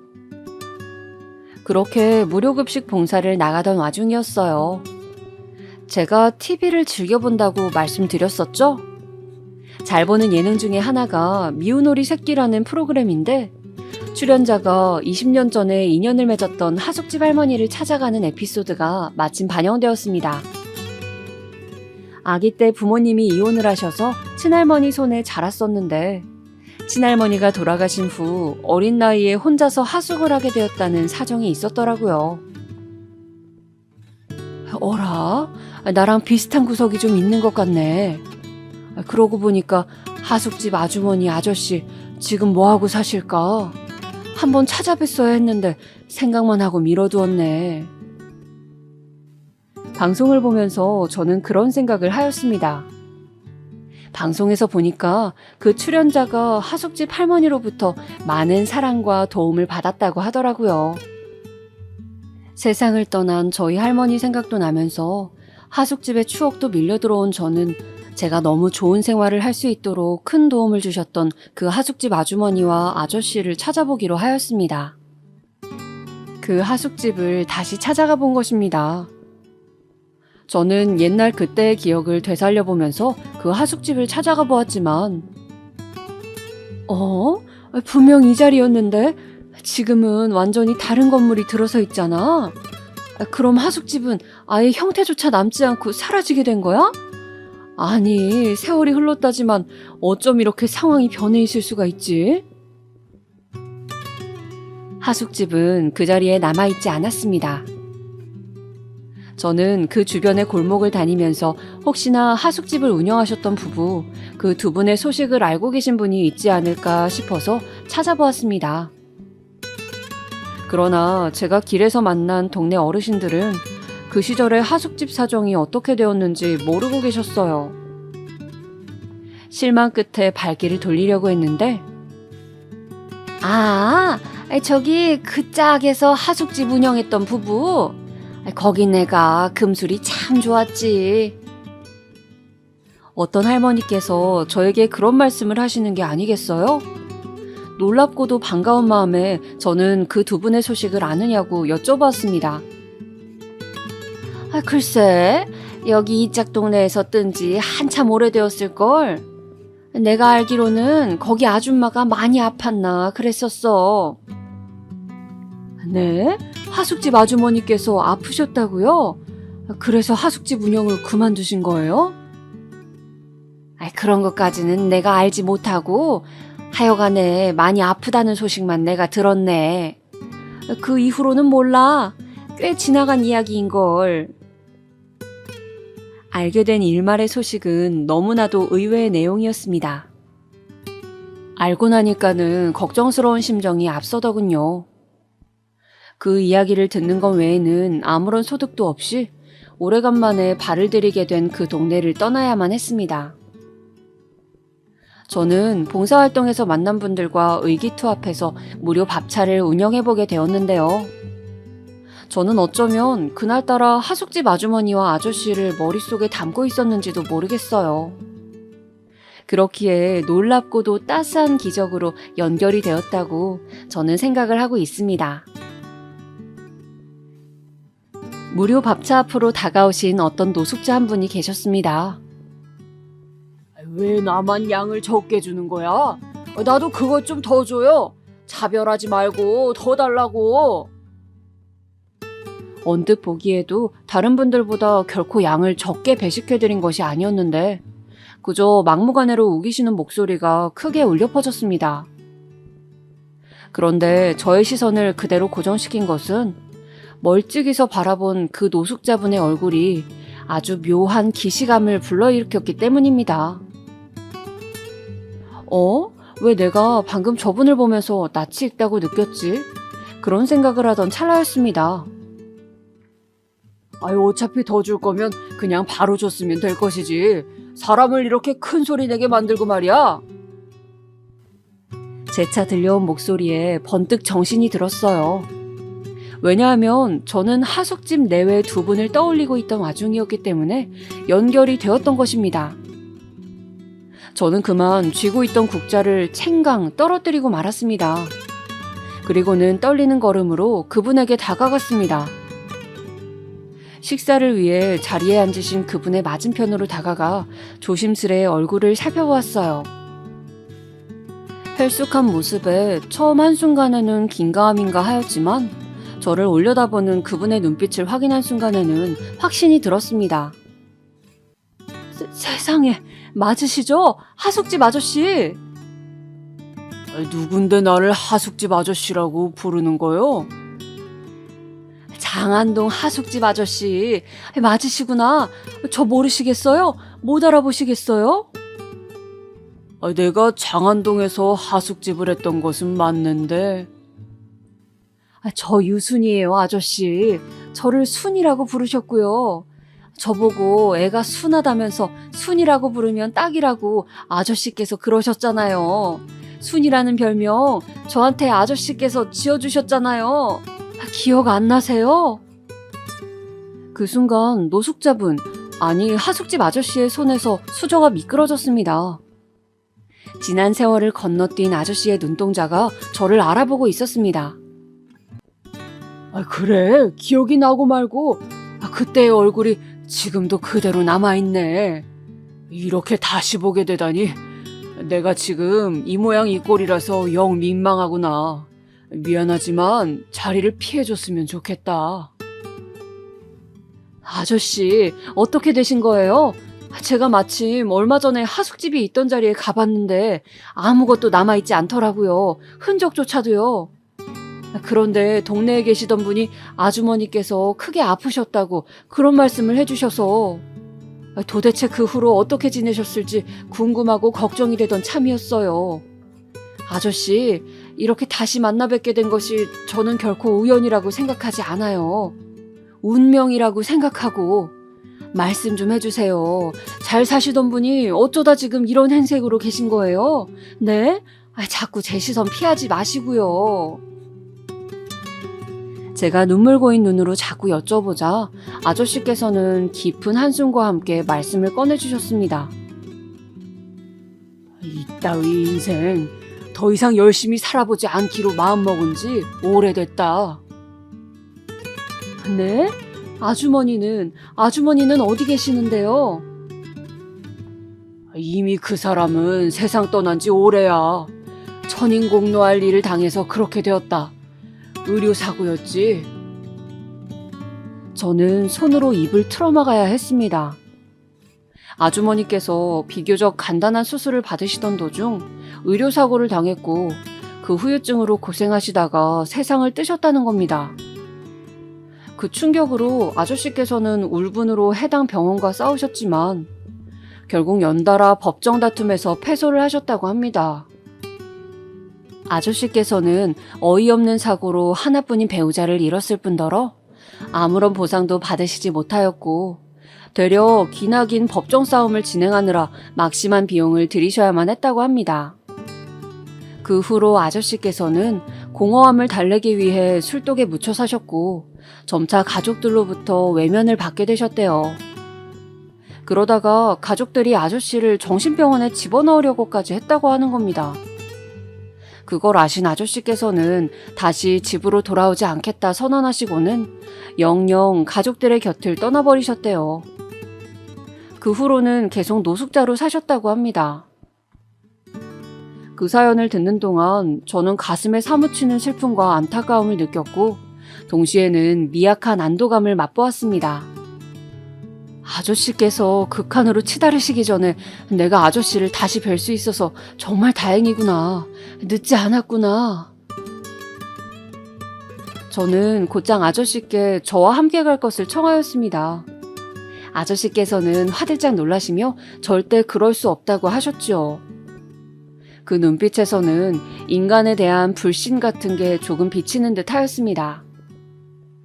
의료사고로 아주머니를 보내야 했으니 그리고 기나긴 병원과의 싸움에서 처절한 결과물을 받아드신 데다가 가족들과도 완전히 틀어지셨으니 아저씨에게 신뢰의 감정이란 아주 흐릿하게 남아있는 흔적 같은 것이었습니다. 그런 아저씨를 저는 설득하고 또 설득하였습니다. 제가 일찍이 결혼을 하였다가 사별을 한 이야기를 해드리자 아저씨께서는 깜짝 놀라셨죠. 그럼 네가 혼자 애를 둘이나 키웠단 말이야? 이런 안 된 일을 보았나? 그 모습에서 저는 예전에 사려 깊던 아저씨의 면모를 고스란히 찾아볼 수 있었습니다. 늘 세심하게 남을 신경 써주고 배려해 주었던 그런 모습을 말이죠. 남편을 떠나보내고 다시 서울로 돌아와 식당을 차린 이야기를 시작하자 아저씨께서는 바로 걱정스러운 눈빛을 하셨습니다. 제가 식당을 차렸다가 망하기라도 했을까봐 염려하는 모습이었죠. 저는 살포시 웃으면서 말씀드렸어요. 아저씨, 제가 차린 식당이 얼마나 잘 됐는 줄 아세요? 사람들이 줄을 서서 먹었어요. 그 자그마한 식당에서 뭐 먹을 게 있다고 그렇게들 많이 찾아왔는지 다시 생각해봐도 놀라울 따름이에요. 그 작은 식당이 그렇게 잘 되는 바람에 더 큰 곳으로 옮길 수가 있었어요. 아이, 장사를 그렇게나 잘했단 말이야? 네가 장사 수완이 좋았나 보구나. 아유, 좁은 식당에서 수완이 좋아봤자 뭐가 통했겠어요. 그냥 음식이 맛있던 것이겠죠. 제가 왜 식당을 차릴 생각을 처음에 하게 됐는 줄 아세요? 바로 아주머니 덕분이었어요. 제가 그 하숙집에서 지내는 동안에 아주머니의 음식을 먹으면서 매번 깊은 감명을 받았었거든요. 그 기억, 그 순간들의 추억이 가진 맛을 잊지 못해서 제가 식당을 직접 차리게 되었던 거예요. 그러니까 다 아주머니 덕분이라고 할 수 있죠. 제가 이렇게 말씀을 드렸을 때 어느새 아저씨의 눈가는 촉촉하게 젖어들어 있었습니다. 제가 처음 두 분을 배웠을 때도 참 사이가 좋아 보인다고 생각을 했었어요. 딱 봐도 부부관계에 계시는 분들이구나 짐작이 가능했고요. 그런 한 쌍이었는데 반쪽을 잃고 나서 아저씨의 상심이 얼마나 크셨을지 따라서 눈물이 뜨거워진 저는 아저씨에게 다시 권유를 드렸습니다. 저와 함께 가자고요. 지금은 저희 애들이 식당을 도맡아서 운영하고 있어요. 아저씨, 그 식당이 어떻게 생겼는지, 음식을 어떻게 파는지 궁금하지 않으세요? 한번 같이 안 가보실래요? 저는 아주머니라는 존재를 겪지 않았더라면 식당을 차릴 생각조차 안 해봤었을 거예요. 아주머니의 의지가 내려오는 식당이라고 생각해 주시고 저랑 같이 가주세요. 네? 저의 간청에 그제야 아저씨는 천천히 고개를 끄덕이셨습니다. 같이 무료 밥차 현장에 나와주신 분들에게 양해를 구한 뒤 먼저 이르게 현장을 빠져나왔어요. 내가 꾀죄죄한 데다가 행색도 이래가지고 차에 타기에도 민망하고 미안하네. 아저씨께서는 제 차에 올라타시는 것도 망설이셨죠. 하지만 저는 거리낌 없이 차 문을 직접 열어드렸습니다. 이동하는 차 안에서 아저씨께서는 소리 없이 눈물을 흘리셨습니다. 그러시더니 이윽고 저에게 조심스레 부탁을 건네오셨어요. 저기, 내가 정말로 미안한 얘기인데 식당에 가기 전 내가 혹시 그 전에 다른 곳을 들를 수가 있을까? 목욕탕을 지금 꼭 좀 가보고 싶은 마음이 들어서. 저는 그 심정이 10분 이해가 되었어요. 큰 목욕탕이 있는 건물에 차를 주차하고 나서 그곳에 입점해 있는 마트로 들어가 속옷이랑 다른 옷들을 전부 한 벌씩 구입하였습니다. 그걸 아저씨의 손에 들려서 목욕탕으로 보내드렸죠. 그리고 저는 아저씨가 나오기를 기다리는 동안 저희 아이들한테 전화를 해서 상황을 알려주었습니다. 그랬더니 둘 다 난리가 났어요. 둘 다 제가 겪었던 하숙집의 이야기를 익히 알고 있었으니까요. 세상에 무슨 이런 일이 다 있냐면서 둘 다 엄청 흥분을 하더니 식재료 창고 좀 얼른 깨끗하게 정리를 해놓겠다면서 너스레를 떨었습니다. 말끔하게 씻고 새 옷차림으로 나오신 아저씨는 그제야 제 기억 속의 모습과 가까워졌습니다. 아저씨는 다시 차에 타시자마자 눈물을 훔치셨어요. 나의 궁핍과 결핍을 핑계 삼아서 내 스스로를 학대하고 또 주변의 모든 이들에게 행패만 부리며 지내온 것만 같아서 너무나도 부끄럽고 수치스럽고. 아주머니께서 돌아가신 이후 아저씨께서는 고독한 방황을 하시며 많은 후회도 남기신 모양이었습니다. 지나간 날을 아쉬워하기보다는 살아갈 날을 반기는 아저씨의 모습을 보고 싶다는 바람을 품은 채로 저희 식당에 도착할 수가 있었어요. 저희 아이들이 번듯한 자세로 나와서 아저씨를 맞이해 주었습니다. 식사 때가 아니었는데도 손님들이 꽤 많은 모습을 보면서 아저씨는 아주 놀란 표정을 지어 보이셨어요. 저랑 같이 저희 식당에 마주 앉아서 밥을 한 끼 나눠 드셨습니다. 이렇게나 잘 살고 있다는 것만으로도 너는 네 인생에서 스쳐간 모든 인연들에게 화답을 한 셈이야. 식사를 마치신 아저씨께서 담담한 표정으로 그리 말씀을 해주셨을 때 저는 밀려오는 감동을 주체할 수가 없었던 것 같아요. 눈물이 참아지질 않더라고요. 그 이후로 저의 제안에 따라 아저씨께서는 저희 식당에서 잡일을 시작하셨습니다. 테이블을 닦고 간단한 물건을 나르는 일 정도로요. 그런데 아저씨께서 왕년에 하숙집을 이끄셨던 분이잖아요. 그 기지가 어디에 갔겠나요? 3달 정도가 지나자 아저씨께서는 슬슬 본색을 드러내기 시작하셨죠. 손님들을 향해 먼저 인사를 건네시면서 아주 서비스 정신을 투철하게 발휘하셨습니다. 나이 드신 분께서 인사를 다정하게 건네주시니까 손님들의 반응이 좋았어요. 저희 아이들이 젊다 보니까 주방 이모님이라든지 나이 지긋한 손님들 상대할 때 유연성이 부족한 게 사실이었는데 아저씨의 존재가 그런 것들을 해소시켜 주었습니다. 아저씨를 보면서 저희 아이들도 많이 배우더라고요. 지금 현재 아저씨께서는 노숙자 생활을 언제 하셨냐는 듯 너무나도 평범한 일상을 나고 계십니다. 일주일에 3번 저희 식당에 출근을 하시고요.